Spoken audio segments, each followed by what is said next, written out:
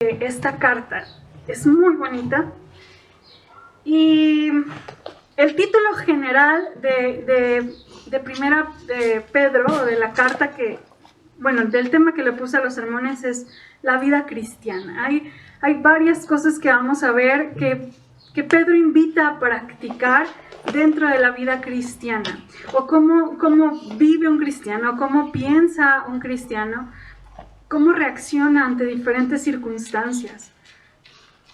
Y hoy vamos a ver precisamente, los versículos, capítulo 1, del 3 al 9 solamente. Vamos a ver que es riquísimo ese versículo. Si usted puede leerlo durante la semana y sacarle más cosas, hágalo, porque no tenemos solo 20 minutos, 25 quizás, para exponer todo lo que Pedro quiso decir en esta carta.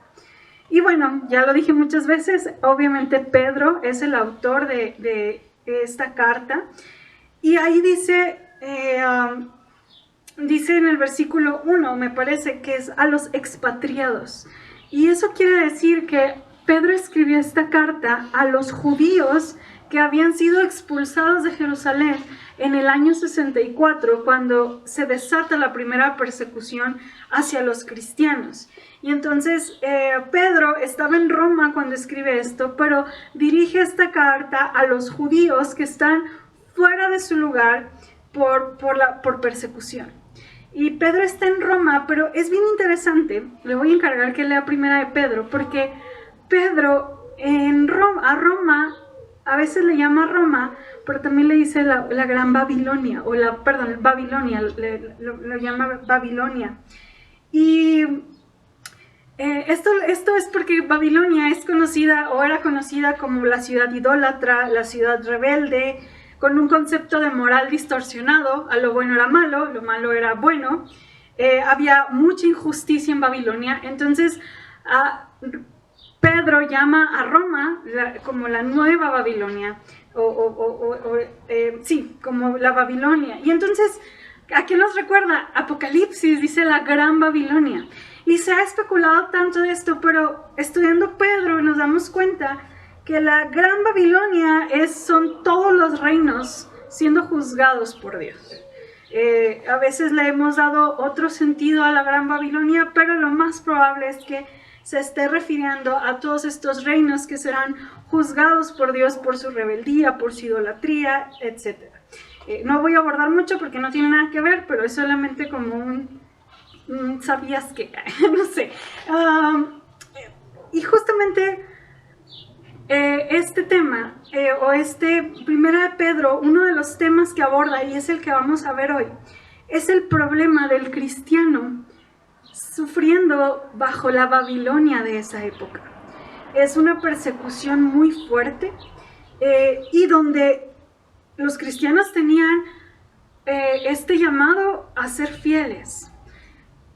Nosotros en la Biblia conocemos a los que fueron fieles hasta la muerte, pero seguramente hubo muchísima gente que también desistió, que la persecución fue terrible, que no soportaron ver a sus hijos morir, que no soportaron la manera en que los trataban a los cristianos, y seguramente hubo mucho más sufrimiento del que podemos imaginar por causa de la fe en Jesús.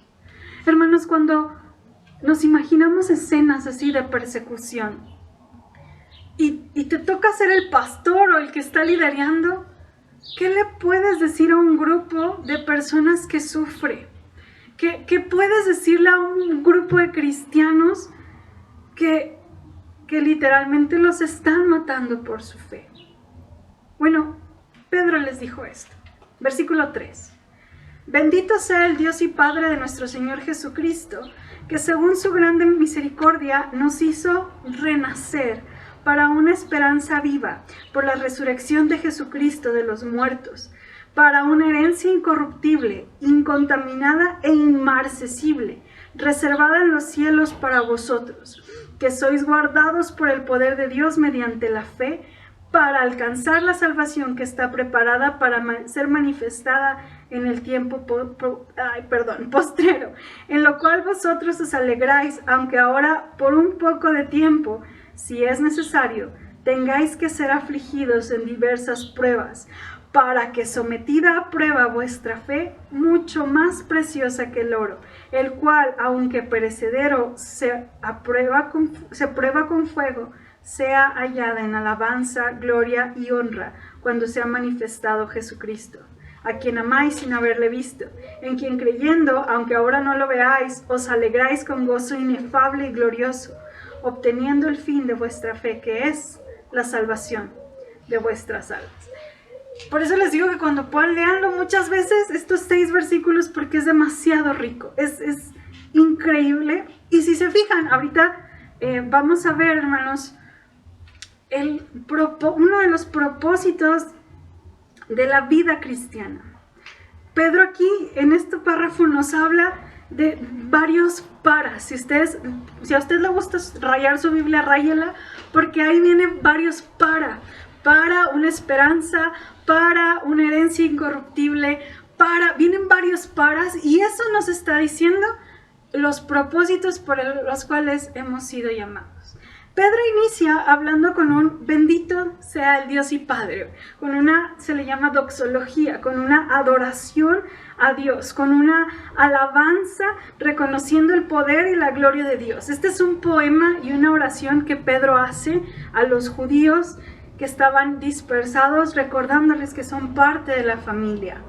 Pero después de la alabanza dice que según su grande misericordia, primero, el cristiano es alguien que fue renacido, porque el Padre, al quien Pedro alaba, les hizo renacer. Ese es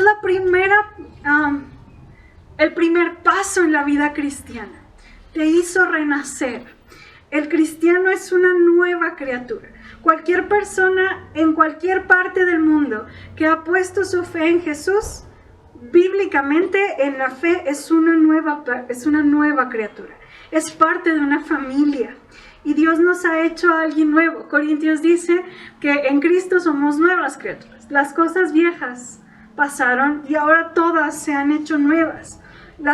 Dios, lo primero que hace en cada uno de nosotros, hermanos, que yo ruego a Dios que cada uno de nosotros ya lo hemos experimentado, es que Dios nos hizo renacer, que Dios nos volvió a dar una vida diferente a la que teníamos, que yo puedo ubicar mi antes y después, que yo, así como en la historia hay un antes y después de Cristo, el renacer en Jesús es, antes había una persona y ahora soy una nueva persona. Y hermanos, aquellos que vivimos toda la vida en la iglesia, también debemos de reconocer eso, no por el hecho de no haber hecho cosas extraordinariamente malas, no significa que no necesitemos de esta gracia para renacer. Jesús habla de la salvación como este nuevo nacimiento a Nicodemo. Es necesario que tu vida sea transformada, es necesario que seas una nueva persona, porque es el primer paso. Bendito el Padre que en su misericordia, en su amor hermoso, nos hizo nuevas personas, nos hizo parte de una nueva humanidad, nos hizo parte de una nueva familia. No me acuerdo, antier, alguien platicábamos de cómo es importante para nosotros ser parte de una familia y cómo a veces la iglesia para algunos de nosotros es la única familia que tenemos. Dios nos ha hecho nuevas personas, una nueva humanidad. El que está en Cristo es una nueva criatura. Una persona necesita nacer de nuevo por medio del Espíritu de Dios. Debemos ser regenerados y convertidos antes de lo que sigue. No podemos obtener lo que sigue si no hemos dado este primer paso o esta experiencia de un nuevo nacimiento. Y hermanos, a lo mejor decimos, pues sí, he nacido de nuevo, acepté a Cristo, entiendo la salvación. Pero yo no sé si usted se ha puesto a pensar, ¿para qué Dios me permite esta salvación? ¿Es para su gloria? ¿Es por amor? Sí. Sí, pero ¿qué más? ¿Qué más hay de este regalo de renacer en Cristo? Bueno, aquí encontramos el primer que nos hizo renacer para una esperanza viva, dice Pedro. Permítanme. según yo lo había copiado aquí, no lo copié.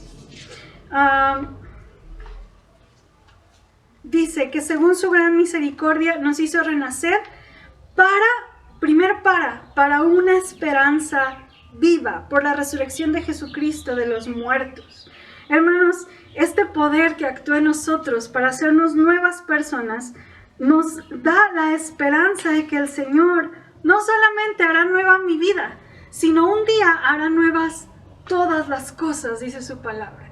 Que el mundo en el que vivimos, que la guerra que estamos viendo en el otro lado del mundo, que la corrupción y la injusticia que hoy están presentes, que los feminicidios que duelen tanto el corazón, así como el Señor ha reformado y restaurado y nos ha hecho nuevas criaturas, así el Señor un día hará nuevas todas las cosas.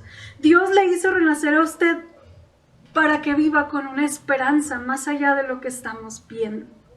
Jesucristo demostró tener poder sobre la misma muerte, y el hecho de que Dios resucitó a Jesús de entre los muertos demuestra que Jesucristo es el Hijo de Dios y que ahora su resurrección nos da a nosotros la vida y la esperanza de que un día tendremos algo mejor a lo que tenemos. La resurrección de Jesús es la inauguración de una nueva era, donde podemos ser nuevas criaturas y donde un día esta transformación que hemos visto aquí en el corazón la veremos también tangible. Todo será nuevo. La muerte, el dolor, el pecado no van a tener la última palabra. Y hermanos, esa es nuestra esperanza viva. La obra que Dios está haciendo en nosotros es una muestra de lo que Dios hará en todo el cosmos en algún momento. Y no se trata, hermanos, de optimismo. No se trata de decir, no, las cosas van a estar mejor un día. No, es una visión clara de lo que Dios hará en el futuro, porque lo está haciendo ahora en nuestra vida. Dios hará nuevas las cosas. Jesús volverá y podemos anclarnos. ¿Saben? Hay un hombre que vivió en el Holocausto, en los tiempos de los nazis, judío, dentro de... se me olvidó el nombre de los lugares donde estaban los judíos. Auschwitz. No, pero como la cárcel donde estaban. Bueno, él era judío y estaba en los campos de concentración. Y este hombre pierde todo y hace un libro. Pierde a su familia, obviamente todas sus... me parece que era psicólogo. Y en una de sus preguntas dice, ¿qué puede lograr que las personas no se vuelvan locas en un campo de concentración? ¿Qué hacía que la gente no muriera? La esperanza. Y había personas, Viktor Frankl decía que había personas que tenían una esperanza fantasiosa. Unos decían que prometían que lo que estaban viviendo duraría máximo 3 semanas. Él decía que cuando vio que pasaron esas 3 semanas, la gente se empezó a deprimir y empezó a morir. Otros esperaban que las cosas volverían a ser como antes, y nunca fueron como antes.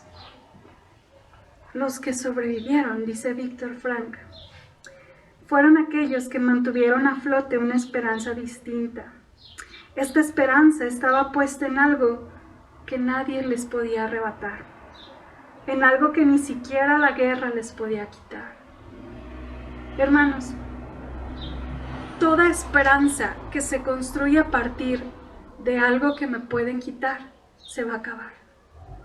Llámese su vida matrimonial.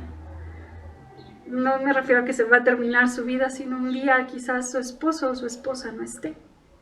Llámese su economía, su trabajo soñado, sus hijos, su belleza externa, lo que ha logrado económicamente. Todo eso se puede ir en un momento. Su trabajo que tanto trabajo le ha costado, si su esperanza está ahí, puede ser que algo lo arrebate de un día para otro. Estos hombres y mujeres judíos perdieron todo en un momento, pero solo sobrevivieron los que tenían una esperanza más allá de todo lo que les quitaron. Eso, hermanos, es la esperanza viva, una esperanza que nadie arrebata. Es la esperanza viva de la resurrección de Jesús. Cualquier otra esperanza se va a ir. Esta esperanza es inconmovible, no se mueve. Vivimos en un mundo donde la muerte es una realidad, donde el dolor es una realidad, donde la enfermedad y la escasez son parte de nuestra historia y que seguramente usted tiene una historia mucho más difícil que la mía. Y Pedro les está diciendo, hermanos, el sufrimiento es inevitable, va a pasar, es real. El hecho de estar en Cristo no significa que vamos a ser ajenos al dolor o al sufrimiento. Pero hay alguien que venció la muerte. Y gracias a esa resurrección, yo puedo tener seguridad. La seguridad del cristiano en Cristo es tan cierta y segura como el hecho de que Cristo está vivo. Y luego el segundo dice Pedro en el versículo 4, para una herencia incorruptible, incontaminada e inmarcesible, reservada en los cielos para vosotros, que sois guardados por el poder de Dios mediante la fe, para alcanzar la salvación que está preparada para ser manifestada en el tiempo posterior. Hay más de los que tengo registrados, pero voy a ver, para una herencia incorruptible. Hemos nacido de nuevo, tenemos una esperanza, tenemos un saber que el Señor un día transformará todas las cosas como lo está haciendo en mi vida. Y no solo eso, sino que tenemos una herencia, una posesión. Esta misma palabra se usa cuando al pueblo de Israel les decía que era la posesión de la tierra prometida. Era un regalo concedido por Dios. Y esta herencia, hermanos, la vida eterna, el gozo de estar con Él, no puede ser destruida y no se echará a perder como cualquier otra cosa, ni tampoco perderá el color.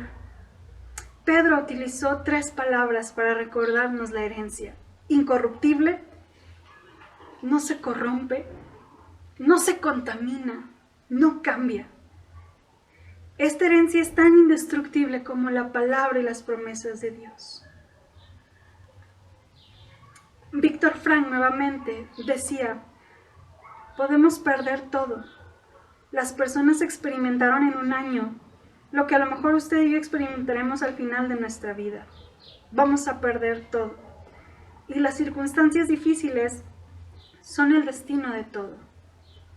Sin embargo, la esperanza en Cristo y su herencia, nadie nos las puede quitar. Porque dice Pablo en Romanos, estoy convencido que nada podrá jamás separarnos del amor de Dios. Ni la muerte, ni la vida, ni ángeles, ni demonios, ni nuestros temores de hoy, ni nuestras preocupaciones de mañana. Ni siquiera los poderes del infierno pueden separarnos del amor de Dios. Ningún poder en las alturas ni en las profundidades. De hecho, nada en toda la creación podrá jamás separarnos del amor de Dios que está revelado en Cristo Jesús.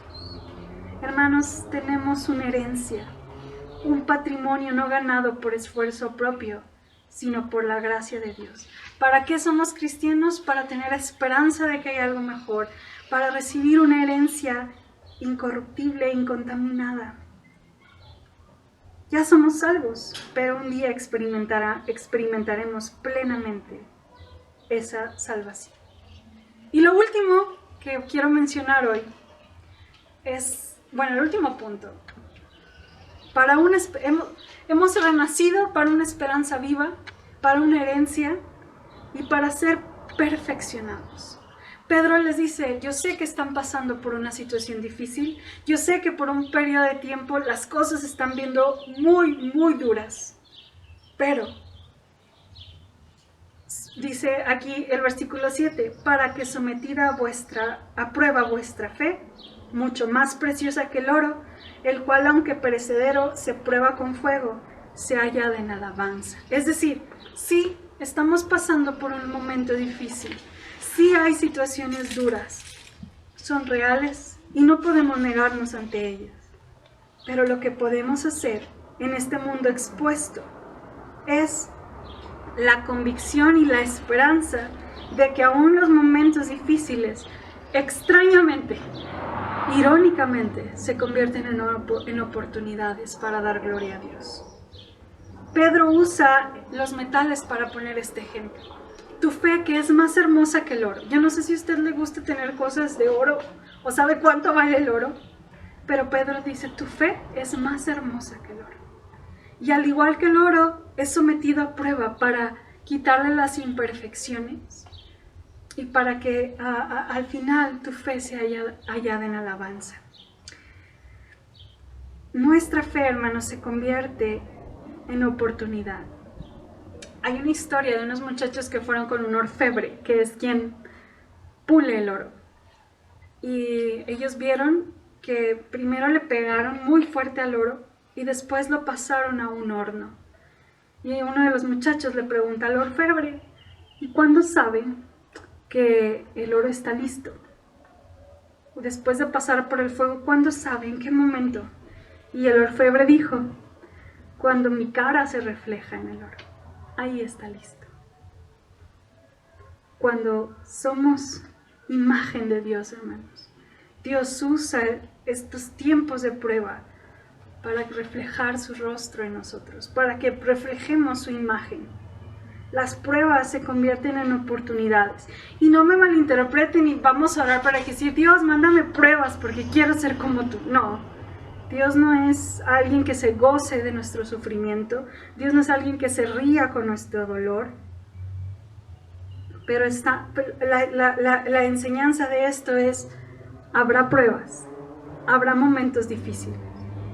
Pero bendito el Padre que nos da una esperanza viva y que nos permite entender que esas pruebas, a la hora que lleguen, pueden darnos una oportunidad de ser perfeccionados. ¿Para qué hemos renacido? Para ser perfeccionados, para ser como Cristo. En este mundo, hermanos, podemos perseverar para que nuestra fe sea hallada en alabanza. No cedamos ante la presión. Confiemos en aquel que nos ama. Y ahora sí termino. Dice el versículo 9, obteniendo el fin de vuestra fe, que es la salvación de vuestras almas. Es entender, hermanos, que todo lo que vivamos y que hemos sido renacidos para un día experimentar la salvación plena en Él. Y no se trata de decir, bueno, pues ya esta vida estoy muy amolado, pues ya en la siguiente me irá mejor, ya cuando esté con Él. No, se trata de vivir a la luz de la esperanza que tenemos. Se trata de que mi presente sea lleno de esperanza, aun cuando las cosas no sean lo mejor. Se trata de que mi respuesta no sea solo en lo venidero, sino que refleje la esperanza en mi presente. Que sea la fuerza que me sostiene, el propósito que me permite seguir caminando. Es donde lo invisible, lo que no alcanzo a ver, a quien amo sin haberle visto, se hace real todos los días de mi vida.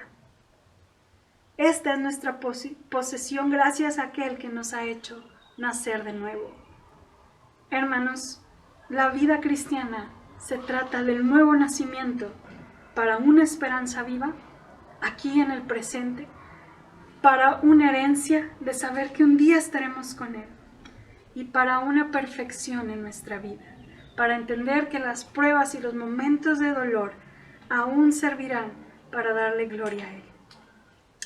Esto es el propósito del nuevo nacimiento, hermanos, lo que Pedro nos muestra. Y podemos hablar de varios aspectos que Pedro habla, pero no tenemos todo el tiempo. Pero usted medite palabra por palabra de estos 6 versículos y vea por qué Dios le ha hecho renacer. Y con esta lección o con esta reflexión,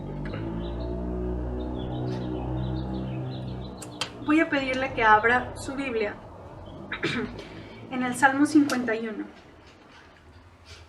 Y cuando lo tengan, el Salmo 51, se puede poner de pie o ahí en su lugar. Incluso de rodillas si puede. Ahorita entiendo que el suelo no ayuda mucho, pero vamos a tener un tiempo. Fíjese lo que dice Tozer, permítanme leerlo. Un sacramento, como lo es la Santa Cena, es donde lo invisible y lo visible se juntan. Lo eterno y lo temporal se encuentran. La Cena del Señor es un sacramento en que se utiliza lo material como una prenda delgada para ver la riqueza espiritual y en la que utilizamos lo temporal como una bandeja en que servimos lo eterno. Pedro decía, a quien amamos sin haberle visto.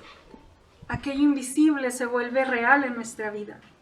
La Santa Cena es una muestra de este trabajo de entender lo invisible y lo temporal o lo tangible. Así que gocemos de esta Santa Cena sabiendo que el Señor está presente y nos ayuda a reflexionar en su obra y en su sacrificio.